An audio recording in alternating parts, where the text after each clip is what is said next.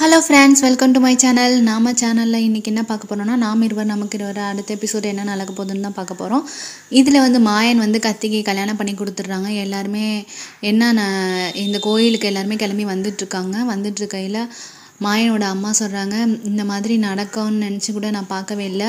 மாயனை பற்றி எனக்கு எல்லாமே தெரியும், ஆனால் நீ இப்படி பண்ணுவேன்னு நான் கொஞ்சம் கூட எதிர்பார்க்கவே இல்லை அப்படின்னு சொல்லிட்டு காயத்ரியை பார்த்து சொல்கிறாங்க. காயத்ரி ரொம்பவே அழுதுட்ருக்காங்க. இதில் கத்திக்கு கூட கல்யாணம் ஆயிடுச்சு, இதில் உனக்கு விருப்பம் இருக்கா என்னன்னு கூட தெரியல அப்படின்ட்டு எல்லோரும் நினச்சிட்ருக்கையில் எல்லாரும் சேர்ந்து மாயனையும் கத்தியையும் சேர்த்து அடின்னு அடிக்கிறாங்க. இதில் போலீஸ் என்ட்ரி ஆயிடுது. போலீஸ்காரங்க என்ன சொல்கிறாங்கன்னா, உங்களுக்கு இந்த கல்யாணத்தில் விருப்பம் இருக்கா, நீங்கள் யாரும் கட்டாயப்படுத்தி உங்களை கல்யாணம் பண்ணிட்டாங்களா அப்படின்னு சொல்லிட்டு காயத்ரி கிட்டே விசாரிச்சிட்ருக்காங்க. இல்லை காயத்ரி சொல்கிறாங்க, எனக்கு இந்த கல்யாணத்தில் விருப்பம் இருந்து தான் நான் வந்தேன் வெளியில் அப்படின்னு சொல்லிட்டுருக்காங்க. இதில் அவங்களோட தங்கச்சி கேட்குறாங்க, இப்போயாவது நீ வாயை திறந்து பேசு, நீ பேசினாதான் எல்லாமே ஒரு முடிவுக்கு வரும், இப்போயும் நீ பேசாமல் இருந்தீங்கன்னா ஒன்றும் பண்ண முடியாது அப்படின்னு சொல்கிறாங்க.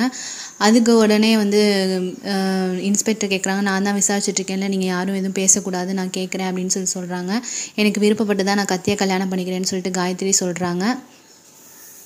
இதில் மாயனோட அம்மா ரொம்பவே வருத்தப்படுறாங்க. இவன் கத்தியை விருப்பப்பட்டு தான் கல்யாணம் பண்ணிகிட்ருக்கேன்னு சொன்னோன்னே அதில் எல்லாருமே அதிர்ச்சி ஆகிடுறாங்க. என்னடா அது இவன் இந்த மாதிரி சொல்லிடுறாளேன்னு.